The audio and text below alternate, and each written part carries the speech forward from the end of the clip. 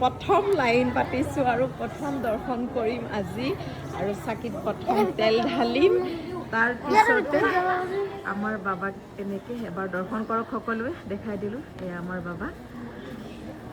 আইও বাবা ধুনীয়াকৈ বহি আছে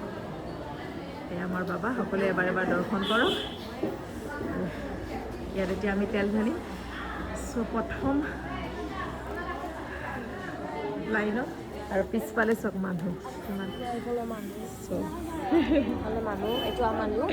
এতিয়া পুৰা ফুল হৈ গ'ল আৰু থেংক ইউ বাবা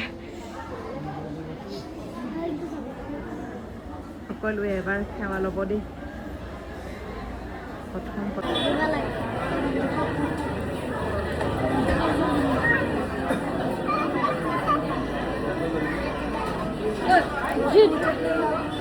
বাবাটো